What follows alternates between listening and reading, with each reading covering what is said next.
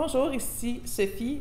Sophie vous reçoit en toute simplicité et j'ai l'honneur aujourd'hui d'avoir mon ami Éric Lépine qui a écrit son livre Simplement différent, Asperger, Vive l'Asperger, excusez.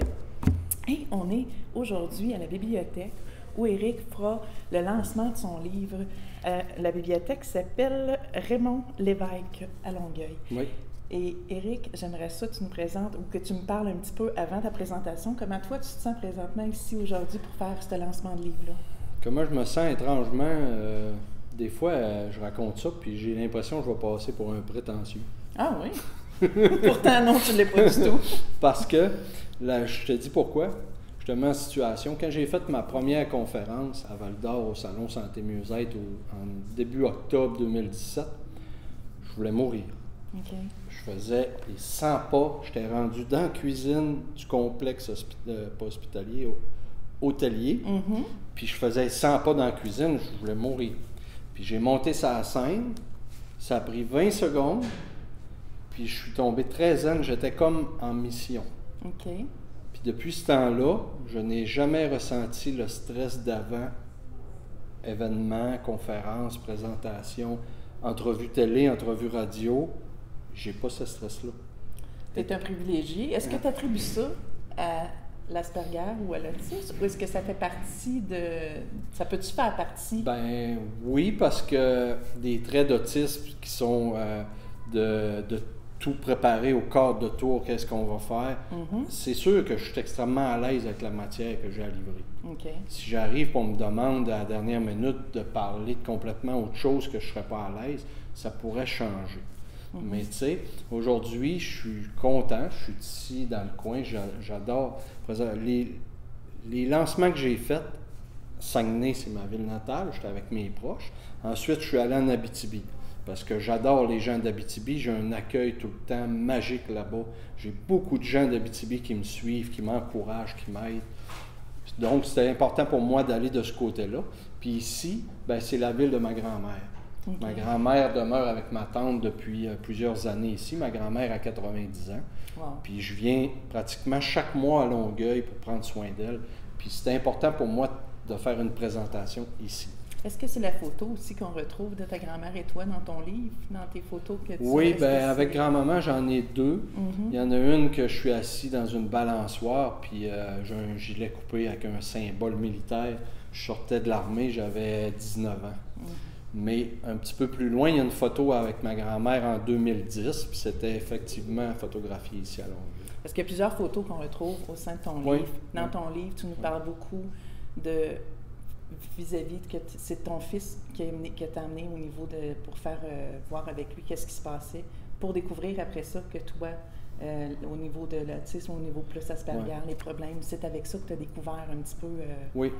Parce que, je le raconte dans mon livre, la première fois que j'ai été confronté à la différence, c'est en 5e année d'école primaire. J'avais peut-être 8-9 ans. Je raconte tout ça là-dedans. Ça a été la première fois que je visualisais quelque chose qui pouvait me donner un doute que j'étais vraiment différent parce que je m'en rendais déjà compte à ce moment-là. J'ai grandi. L'adolescence, ça a été très difficile. Ensuite de ça, je suis parti de chez mes parents, chez ma mère, très jeune. J'avais pas 18 ans. Puis, j'ai continué à patauger dans ça. Mais quand Alexis, mon fils, a été diagnostiqué en 2003, j'ai voulu faire des recherches pour dire c'est quoi l'Asperger. Parce qu'encore aujourd'hui, on dit le mot Asperger. Hier, je parlais avec quelqu'un sur le web, Asperger, puis elle trouvait ça drôle, elle pensait que j'y parlais d'asperges. Tu vois un peu, puis on est en 2018. Là. Donc, si on recule de 15 ans, ben moi, je ne savais pas c'était quoi l'Asperger. J'ai fait des recherches, puis j'ai tombé sur un document qui donnait des traits caractéristiques, puis je lisais ça pensant découvrir mon fils, mais découvrir un petit garçon de 5 ans, c'est difficile. Oui, c'est difficile, mais je ne savais pas à quoi m'attendre. Donc, je lisais ça, puis là, je disais, hop, ça c'est moi. Hop, ça c'est moi. Hey, ça c'est moi. Puis là, c'était moi, puis moi, puis moi. Tu dis ça, Éric, puis ça m'amène, quand on lit ton livre et qu'on vit une certaine différence, quelconque, on s'y retrouve beaucoup dans des expériences que tu peux vivre, dans tes réactions que tu as eues, dans tes... tu parles aussi à un moment donné que tu avais comme une image que tu t'étais créée par rapport probablement à ton vécu qui n'a pas été toujours un passage facile. Et on se retrouve là-dedans et ça vient nous chercher. C'est très touchant comme livre, c'est très rassurant aussi, je te dirais, parce que ça nous amène vers nous. Moi, ça a fait ça, en tout cas, puis je t'en ai parlé un petit peu. Et moi, ce que j'aimerais qu'on parle ici, je t'ai coupé un peu dans ce que tu disais, mais je pense que c'est important de dire le livre n'est pas attribué seulement pour les autistes, c'est ça que je voulais dire. Exactement. Parce que, oui, il y a des gens autistes qui ont lu ce livre-là, il y a des gens Asperger à laquelle ils m'ont dit « Wow! » Le but de ça, c'était vraiment de partager aux gens l'impression et le sentiment que j'avais au moment d'écrire ça, de me dire « Wow, Éric, tu vis la meilleure version de toi-même. Puis là, je me disais, je vais transposer ça, je vais montrer aux gens qu'est-ce qui s'est passé avant. Puis pourquoi je m'en ai sorti, je me suis fait poser cette question-là. Parce que je ne me gêne pas pour parler de prévention du suicide. J'ai eu cette problématique-là plusieurs fois dans ma vie. Puis les gens, des fois, me demandent, Éric, tu veux qu'on parle de ça? Ben oui, on va en parler. Ben, ça ne me gêne pas d'expliquer ça pour que les gens puissent se reconnaître dans toutes sortes de problématiques que j'ai traversées. Mais la personne qu'on parlait de suicide me dit, comment ça fait que ça n'a pas marché? Comment ça fait que tu es encore là aujourd'hui si tu as fait... Avec chance, là? Oui. Ben, la réponse, c'était que chaque fois, il y avait une flamme en dedans de moi qui me sortait de cette situation-là. Puis des fois, j'étais vraiment mal à manger. J'étais dans des beaux draps, là. Ça aurait pu se terminer direct là. Mais à chaque fois, il y a quelque chose qui s'est passé pour me sortir de là. Puis aujourd'hui, j'ai mon meilleur ami me dit dernièrement, Éric Lépine, est-ce que tu te rends compte qu'il y a une force suprême en haut de nous autres qui a dit, nous autres, on a besoin de ce gars-là pour passer un message. Puis ce gars-là, c'est toi. Puis normalement, j'aurais dit, ah, voyons, donc, qu'est-ce que tu racontes là? Mais là, j'ai écouté ça, puis j'ai dit, Criff, je le sens comme ça. Puis les témoignages que je reçois, pour revenir à la question, oui, ça dépasse largement l'autisme, parce que j'ai des gens qui sont neurotypiques, qui sont bien normaux comme tout le monde, puis j'ai des gens de différences physiques, sexuelles, etc., qui me disent l'impact de ça. En fin de semaine, j'étais dans un lieu public, dans un souper public, je ne m'attendais pas en tout de me faire interpeller, puis il y a une dame, une enseignante universitaire retraitée, qui est venue me parler pour me dire « Éric, j'ai lu ton livre, c'est phénoménal, il y a des choses qui m'ont touché. » Puis elle me regardait avec un regard de feu, cette madame-là, puis elle me citait des passages mot à mot. J'ai dit « C'est quoi qui se passe là? » Tu sais, puis il y a eu 2, 3, 4, 5... Je pense qu'il y a eu 7-8 personnes comme ça dans la soirée qui m'ont interpellé à cause de mon livre. Puis, quand j'ai parti pour retourner chez nous, je conduisais ma voiture et je me disais, ouais, je pense que je fais la bonne chose. Tu fais la différence. Ouais. C'est ce que j'ai envie de te dire, parce que même avec ta page Facebook, parce qu'on va dire aux gens, on s'est connus à l'Académie Zéro Limite, et c'est là que tout a commencé pour toi, pour débuter Simplement Différent. Oui.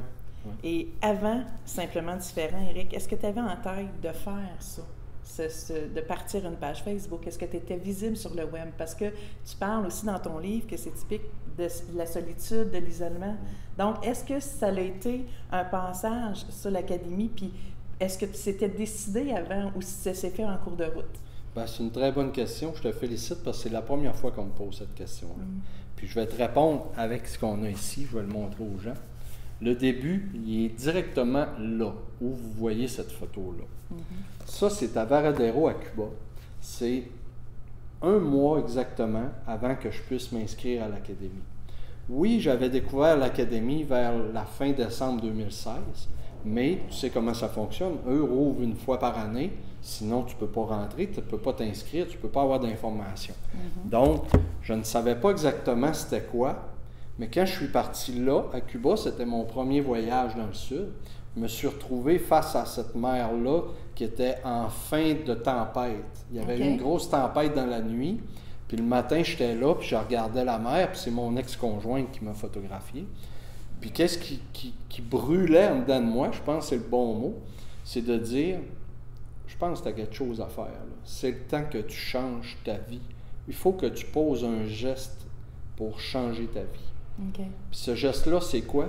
Je ne le sais pas. Mais je regardais la masse d'eau, je regardais par là, puis je trouvais que c'était immense. Je me disais, c'est fou. Puis comme je te dis, il y avait des grosses vagues, puis on ne pouvait pas aller à l'eau. Les lifeguards demandaient de ne pas rentrer à l'eau, parce que c'était dangereux. Puis je me suis dit, ce que je vais faire, je vais canaliser cette énergie-là, parce que c'était la dernière journée que j'étais là. Le lendemain, on revenait au Canada. J'ai dit, je vais canaliser l'énergie de l'océan, puis je vais ramener ça chez moi, puis ce qui doit arriver va arriver. Ça fait que c'est dans cet état mental-là que j'étais 1 mois avant de rentrer dans l'académie, puis de commencer à regarder, puis dire, ah tiens, là, ça s'est enchaîné ensuite. D'où vient cette croyance-là, Éric? De cette force-là que tu peux... Est-ce que c'est ta grand-mère? Est-ce que c'est toi qui s'est développé ça? Tu parles de mon côté spirituel, là? Oui. OK. Mettons que j'ai été élevé dans une famille catholique. Mes parents étaient très pratiquants. Mon père est encore extrêmement pratiquant. Des fois, je trouve un peu trop, mais je préfère voir mon père avec des choses religieuses que de le voir dans l'alcoolisme ou quelque chose comme ça. Donc, j'ai été élevé dans ça, j'ai vu beaucoup d'entraide, beaucoup de partage, les croyances, tout ça. Puis j'ai perdu un être cher pour moi, ça, j'en ai jamais parlé dans aucune entrevue. C'est mon grand-père, justement, le mari de ma grand-mère que je vois ici. Mon grand-père est mort en 1977, donc ça fait 41 ans, 42 ans. C'est pas mal ça. Bon, ben j'ai toujours resté avec un lien spirituel de dire que mon grand-père était mon guide. Okay. Puis quand je te parle des fois que j'étais dans des mauvaises postures, on aurait dit que c'était cette force suprême-là qui venait me sortir de dire non, toi tu n'as pas d'affaires, tu t'en viens par ici. Puis des fois j'ai invoqué des choses, puis il s'est passé des affaires phénoménales. Donc à mesure, je me suis toujours raccroché à ce côté-là. Parce que je ne suis pas quelqu'un qui consomme d'alcool, qui a de problèmes avec ça. Je n'ai jamais pris aucune drogue de ma vie. Mais j'ai eu un paquet de problèmes autres. Mais mon côté spirituel, oui, m'a amené à me sortir de ça, puis à avancer et continuer.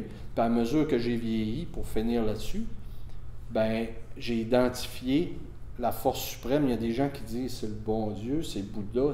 Moi, ce que j'ai compris de ça, c'est que la force suprême, c'est celle qui brûle en dedans de moi.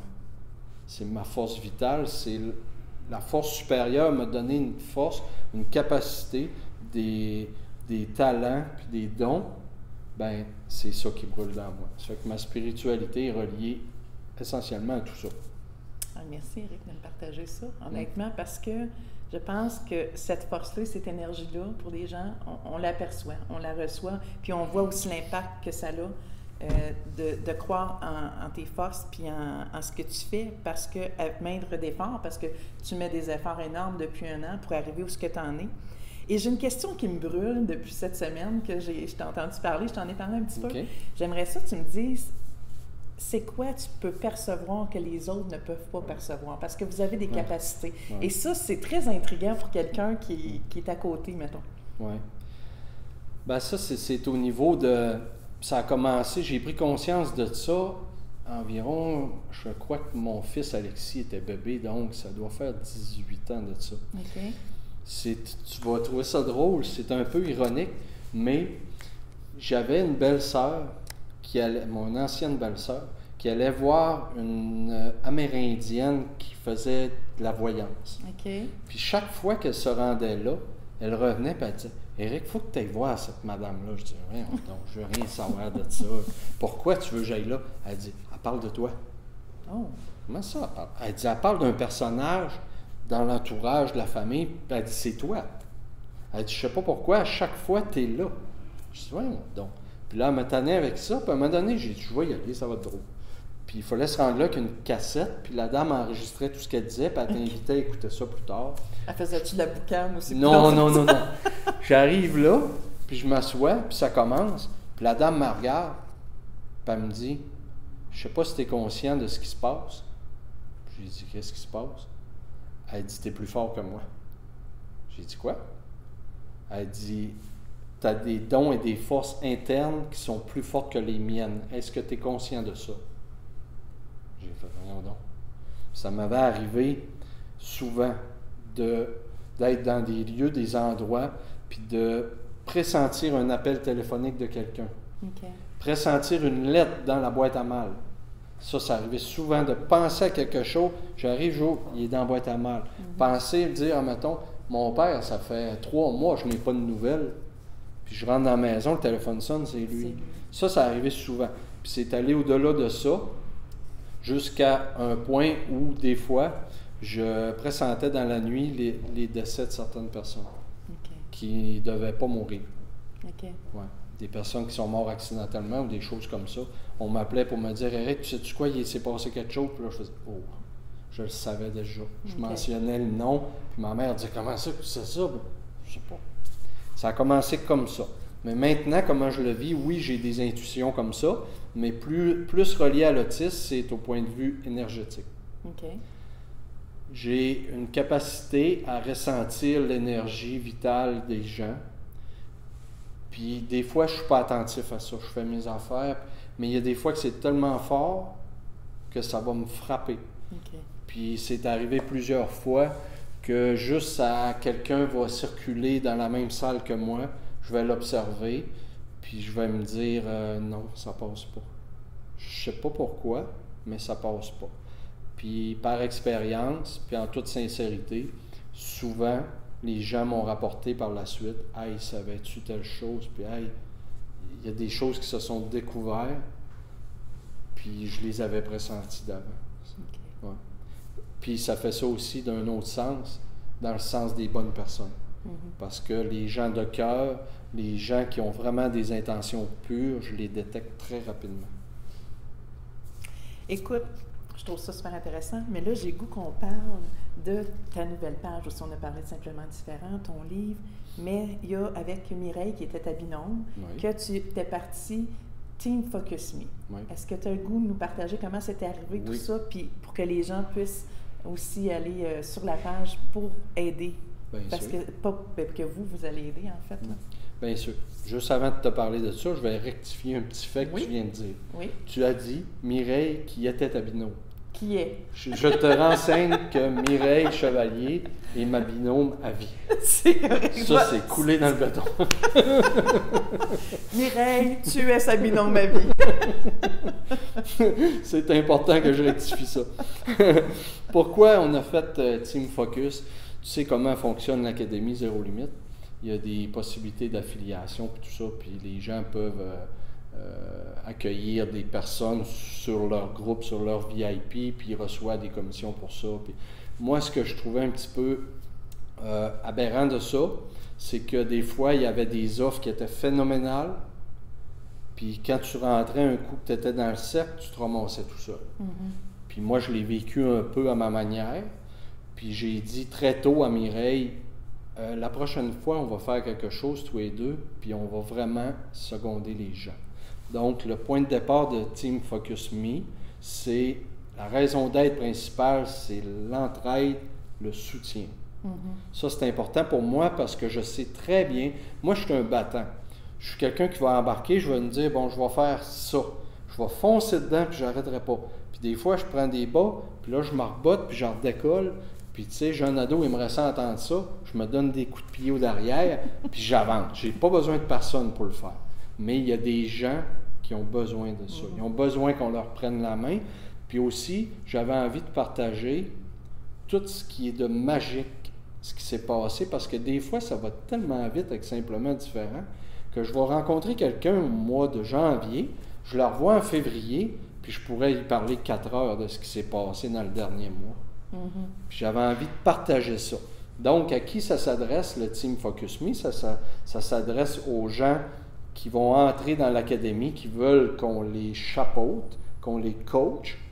Ça s'adresse aussi aux gens qui étaient déjà dans l'académie, qui ont vécu des choses plus longues, des blocages. C'était plus difficile. Oui, c'était plus difficile, ou qui sont bloqués à quelque part puis qui se sentent seuls. Bien, ces gens-là peuvent venir de ce côté-là puis ils vont rentrer pour se mettre en marche, en action, puis se servir de ce cerveau collectif-là, parce que moi puis Mireille, on est reconnus pour notre chimie ensemble.